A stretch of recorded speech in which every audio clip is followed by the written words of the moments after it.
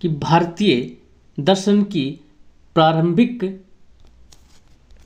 विचारधारा क्या है। यानी भारतीय दर्शन की प्रारंभिक विचारधारा क्या है? सांख्य है। क्या है? सांख्य। ठीक है। बात करें अगले प्रश्न की। अगला प्रश्न है, ऋग्वेद के किन 6 मंडलों को वंश मंडल कहा जाता है? किनको कहा जाता है? दूसरे मंडल से लेकर 7वें मंडल तक को क्या कहा जाता है? वंश मंडल कहा जाता है। ठीक है। वंश मंडल या फिर गोत्र मंडल भी कहते हैं इसको। क्या? गोत्र मंडल। अगला प्रश्न है, किस वेद में जादुई माया वशीकरण का वर्णन मिलता है? किसमें मिलता है? अथर्ववेद में जादुई माया और वशीकरण का क्या मिलता है? वर्णन मिलता है। अगला प्रश्न है, आर्य शब्द इंगित करता है। आर्य शब्द क्या इंगित करता है? आर्य शब्द का अर्थ होता है श्रेष्ठ या फिर कुलीन, है ना। किसको इंगित करता है? श्रेष्ठ वंश को इंगित करता है। ठीक है। अगला प्रश्न है, ऋग्वेद में कुल कितने मंडल है? ऋग्वेद में कुल कितने मंडल है? ऋग्वेद में कुल 10 मंडल है। ठीक है। अगला प्रश्न, भारत में संभवतः आए थे, आर्य आए थे भारत के अंदर, कहाँ से माने जाते हैं? मध्य एशिया से। ठीक है। अगला प्रश्न है, कौन सा वेद अंशतः गद्य रूप में रचित किया गया? यानी कौन सा वेद है जो गद्य रूप में रचित किया गया है? यजुर्वेद क्या किया गया है? गद्य रूप में रचित किया गया है। अगला प्रश्न है, सभा और समिति, यानी सभा और समिति है तो प्रजापति की 2 पुत्रियां मानी गई है, पुत्रियां थी, जिनका उल्लेख किस वेद में मिलता है? अथर्ववेद में मिलता है। ठीक है। अगला प्रश्न है, ऋग्वैदिक युग की प्राचीनतम संस्था कौन सी थी? ऋग्वैदिक युग की प्राचीनतम संस्था थी विदत। क्या थी? विदय और थ। ठीक है। अगला प्रश्न है, ब्राह्मण ग्रंथों में सबसे प्राचीन कौन है? कौन है? सतपथ ब्राह्मण है। सतपथ सही ये है, सतपथ है ब्राह्मण। अगला प्रश्न है, गोत्र व्यवस्था प्रचलन में कब आई थी? तो गोत्र व्यवस्था प्रचलन में आई थी साथियों उत्तर वैदिक काल में। अगला प्रश्न है, वैदिक युग में यव शब्द का क्या अर्थ है? यव कहा जाता था, किसको कहा जाता था? जो को कहा जाता था। जो को क्या कहा जाता था? यव कहा जाता था। अगला प्रश्न है, व्रीहि शब्द किसके लिए प्रयुक्त हुआ है? तो व्रीहि शब्द चावल के लिए प्रयुक्त हुआ है। अगला प्रश्न, अथर्व का अर्थ क्या होता है? अथर्व का अर्थ होता है पवित्र जादू। क्या होता है? पवित्र जादू। अगला प्रश्न है, प्राचीनतम व्याकरण अष्टाध्यायी की रचना किसने की थी? अष्टाध्यायी की रचना किसने की? अष्टाध्यायी रचनाकार कौन है? महर्षि पाणिनि है। ठीक है। कौन है? पाणि और नि। अगला प्रश्न है कि कौन सी स्मृति प्राचीन मानी गई है? कौन सी स्मृति प्राचीन मानी गई है? मनुस्मृति स्मृति क्या है? प्राचीन मानी गई है। अगला प्रश्न है, आदि काव्य की संख्या किसे दी जाती है? संज्ञा किसे दी जाती है? आदि काव्य की संज्ञा किसे दी जाती है? किसे दी जाती है? रामायण को दी जाती है। यानी आदि काव्य ग्रंथ कौन सा है? रामायण। अगला प्रश्न, प्राचीनतम पुराण कौन सा है? प्राचीनतम पुराण कौन सा है? तो मत्स्य पुराण है, वो प्राचीनतम पुराण है। ठीक है। अगला प्रश्न है, ऋग्वेद में सबसे पवित्र नदी किसे माना गया है? तो सरस्वती को क्या माना गया है? ऋग्वेद में सबसे पवित्र नदी माना गया है। ठीक है। बात करते हैं अगले प्रश्न की। अगला प्रश्न है, वैदिक समाज की आधारभूत इकाई क्या थी? वैदिक समाज की आधारभूत इकाई क्या थी? कुल या कुटुंब थी। अगला प्रश्न, वैदिक काल के उस समय सबसे प्रधान देवता की पहचान करें जिसकी स्तुति में 250 कितने? 250 सूक्तों की रचना की गई है। कौन थे? भगवान इंद्र। ठीक है। अगला प्रश्न है, किस वेद में सभा को नरिष्ट अर्थात सामूहिक वाद विवाद या अनुल्लंघनीय कहा गया है? तो किसमें? अथर्ववेद में कहा गया है। अगला प्रश्न, किस रचना में नारी को सूरा या फिर पांसा के साथ 3 प्रमुख बुराइयों में शामिल किया गया? तो कौन सा? किस रचना में? मित्रा यानी संहिता के अंदर क्या किया गया है? नारी को सूरा और पांसा के साथ 3 अन्य बुराइयों को शामिल किया गया। अगला प्रश्न, उत्तर वैदिक काल में किस देवता को सर्वोच्च स्थान प्राप्त था? किसको था? प्रजापति को। प्रजापति को सर्वोच्च स्थान प्राप्त था।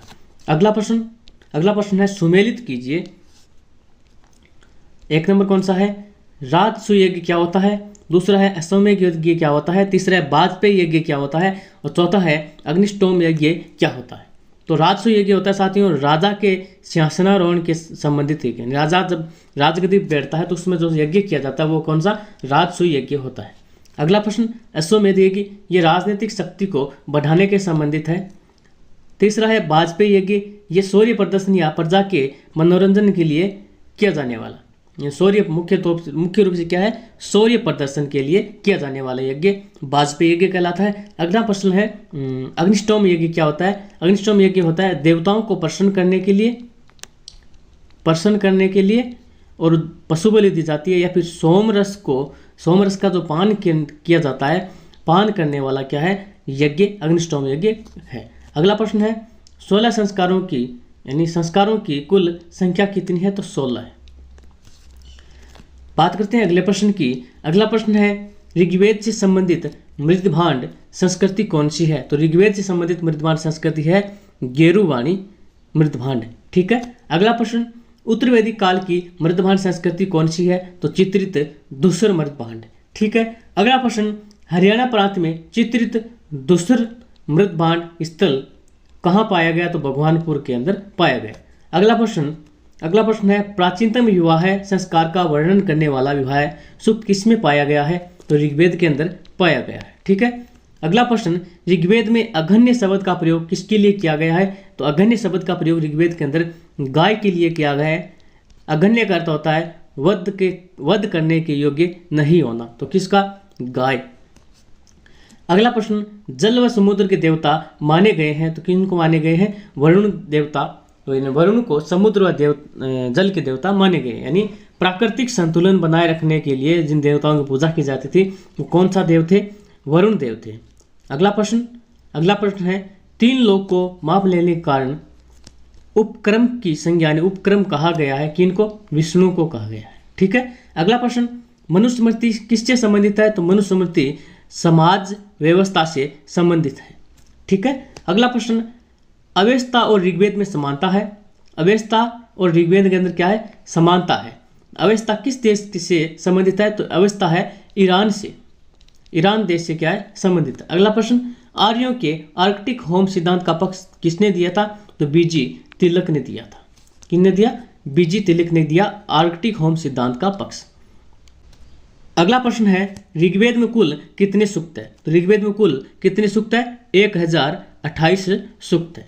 मंडल कितने थे, 10। ठीक है। अगला प्रश्न, किसे परमाणुवाद का जनक कहा गया है, तो किसको, महर्षि कणाद को परमाणुवाद का क्या कहा गया है, जनक कहा गया है। अगला प्रश्न, शतपथ ब्राह्मण से संबंधित राजा विदेह देश से संबंधित ऋषि कौन थे, तो ऋषि गौतम रघुगुण थे। अगला प्रश्न है किसको सतसहस्त्री संहिता नाम से जाना जाता है, तो किसको जाना जाता है, महाभारत को जाना जाता है। हरेक वंश के किस शासक को कुणिक कहा जाता है, किसको कहा जाता है, अजातशत्रु को कहा जाता है। अगला क्वेश्चन, किस शासक ने गंगा व साउन नदियों के संगम पर पाटलिपुत्र नगर की स्थापना की थी, किसने की थी, उज्जैन ने की थी। अगला क्वेश्चन, शिशुनाग वंश का वह कौन सा शासक था जिसके समय में वैशाली में द्वितीय बौद्ध संगीति का आयोजन किया गया, कौन था, कालाशोक था, और इनको काकवर्ण के नाम से भी जाना जाता है। किसके नाम से, काकवर्ण के नाम से भी जाना जाता है। अगला प्रश्न है कि 323 ईस्वी में सिकंदर महान की मृत्यु हुई थी, तो कहाँ हुई थी, तो बेबीलोन में हुई थी। अगला प्रश्न, सिकंदर महान एवं पोरस की सेनाओं ने किस नदी पर अपना पड़ाव डाला था, तो किस नदी तट पर डाला था, झेलम नदी पर डाला था। अगला क्वेश्चन, किस प्रकार का मृदभांड भारत में द्वितीय नगरीकरण के आरंभ का प्रतीक माना गया, द्वितीय नगरीकरण यानी द्वितीय शहरीकरण का प्रतीक माना गया, तो उत्तरी काले पोलिसकृत बर्तन मृदभांड को माना गया। अगला प्रश्न, पाली ग्रंथों में गांव के मुखिया को क्या कहा गया है, तो भोजक या फिर ग्राम भोजक कहा गया है। अगला प्रश्न है कि उज्जैन का प्राचीन नाम क्या था, तो उज्जैन का प्राचीन नाम था अवंतिका। अगला प्रश्न, ग्रीक या यूनानी लेखकों द्वारा किसे अग्रमीज या जेंडरमीज कहा गया है, तो घनानंद को कहा गया है। अगला प्रश्न है प्राचीन भारत में पहला विदेशी आक्रमण किनके द्वारा किया गया था, तो ईरानी के द्वारा किया गया था पहला आक्रमण। प्राचीन भारत में दूसरा विदेशी आक्रमण पहला कौन था, किसने किया, ईरानियों ने किया। दूसरा विदेशी आक्रमण और यूरोपियों का पहला आक्रमण किया गया भारत के ऊपर, किसने किया था, तो यूनानियों ने किया था। ठीक है। अगला प्रश्न है सिकंदर ने भारत पर कब आक्रमण किया था? तो 326 ईसा पूर्व में किया था। अगला प्रश्न है ईरान के हकमनी वंश के शासक ने भारतीय भूभाग को जीतने के बाद उसे फारस का साम्राज्य का 20वां प्रांत बनाया था। किसने बनाया? डेरियस या दार बहु फर्स्ट ने, प्रथम ने। अगला प्रश्न है मगध की प्रथम राजधानी कौन सी थी? तो मगध की प्रथम राजधानी थी ग्रीब्रिज या राजगृह। किस शासक के द्वारा, अगला प्रश्न है किस शासक के द्वारा सर्वप्रथम पाटलिपुत्र का राजधानी के रूप में चयन किया? तो वो था उज्जैन। किसने किया था? उज्जैन ने किया था। अगला प्रश्न है 16वां प्रश्न है 16 महाजनपदों की सूची कहाँ मिलती है? तो अंगुत्तर निकाय में मिलती है। अगला प्रश्न मगध का कौन सा राजा महान सिकंदर के समकालीन था? तो गणानंद था। अगला प्रश्न प्रथम मगध साम्राज्य का उत्कर्ष किस सदी में हुआ था? तो 6ठी सदी में हुआ था।